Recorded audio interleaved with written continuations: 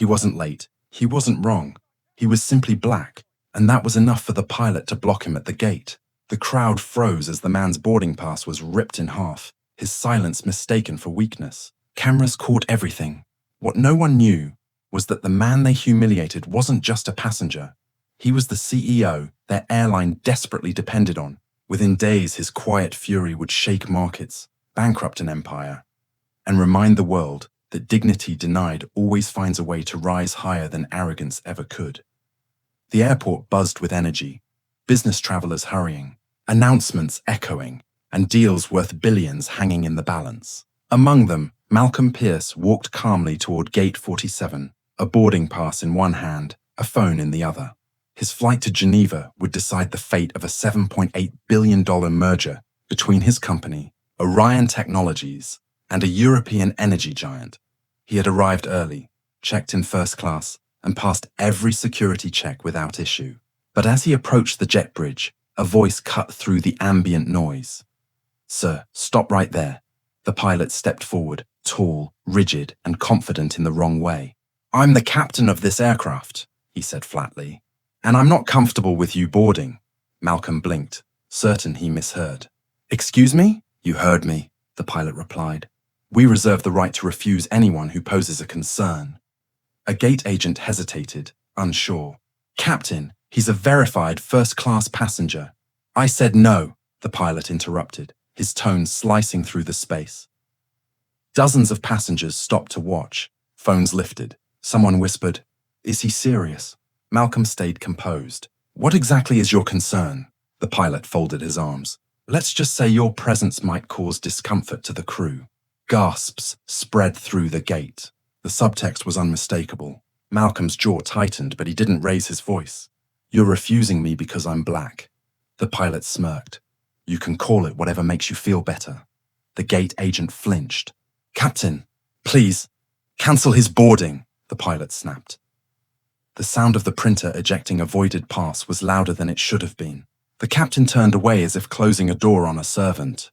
Malcolm said nothing. He simply slipped his phone into his pocket, turned toward the watching crowd, and walked back to the lounge. Someone's camera was still rolling. Within an hour, the clip hit social media. Pilot blocks black CEO from boarding without reason.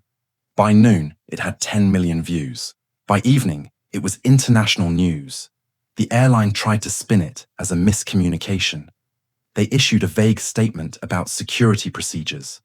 But the internet had already declared judgment. Comment sections filled with fury, hashtags trended, and journalists dug into everything about the airline's past discrimination cases. Meanwhile, Malcolm stayed silent. His board urged him to make a statement, but he refused. "Not yet," he said. "Let the truth ripen." 2 days later, the story turned nuclear. A whistleblower leaked internal messages from the airline's crew chat, one from the pilot himself mocking Malcolm's entitlement. Screenshots spread like wildfire. Stockholders panicked. By the end of trading day, the airline had lost $2.1 billion in market value, and Malcolm still hadn't spoken a word. On the third day, he walked into a press conference streamed live across the world. Calm, precise. No anger, just presence. "I bought a first-class ticket," he began. "But dignity isn't something you can purchase. It's something others choose to recognize. Or not." He paused as flashes from cameras painted the room. That pilot didn't just refuse me. He refused the idea that a man who looks like me belongs in that seat. And for that choice, his company will now face mine. Behind him, his legal team displayed an acquisition proposal, signed. The room erupted. Orion Technologies, his company, had quietly bought out the airline's largest minority shareholder position overnight, leveraging the stock crash caused by the scandal. With that purchase, Malcolm had secured voting power, exceeding the pilot's employer's own board threshold. He continued, "As of this morning, I'm a principal shareholder in Apex Air, which means I now have the authority to decide the future of its leadership." Reporters gasped. "Are you firing the pilot?" Malcolm's eyes didn't waver. "No, I'm firing the culture that made him think he could do this and walk away untouched." The next slide displayed live footage of the airline's boardroom, executives being escorted out, resignation letters already printed. The crowd went silent. "The man who denied me a seat on his plane," Malcolm said, "now answers to the passenger he turned away."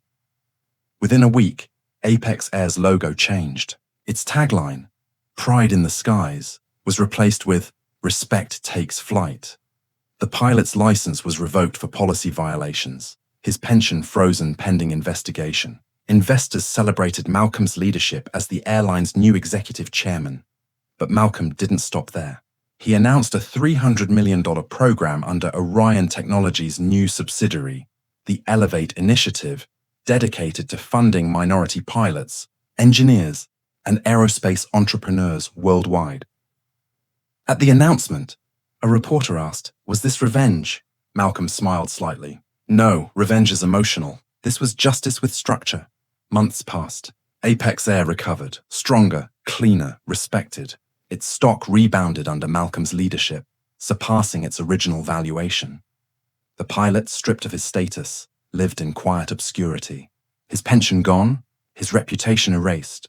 He watched news clips of Malcolm being praised as a visionary. One headline summed it up perfectly: "From passenger to power, the man who bought the airline that rejected him."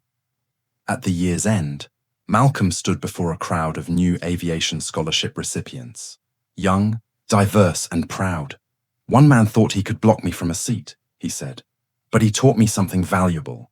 When someone closes your door, buy the entire building." The audience rose in applause. Cameras captured the moment, broadcasting it across the world. Outside, an Apex airplane thundered overhead, bearing the new slogan Malcolm had written himself: "Respect takes flight." And as the engines faded into the clouds, so did the last echo of that gate confrontation, transformed forever into the sound of progress rising higher than prejudice could ever reach. If you believe respect can't be grounded, prove it. Like this video, share it everywhere, and tell us in the comments where you're watching from and which moment hit you deepest. Subscribe today and turn on notifications so you never miss stories that expose arrogance and celebrate unstoppable dignity.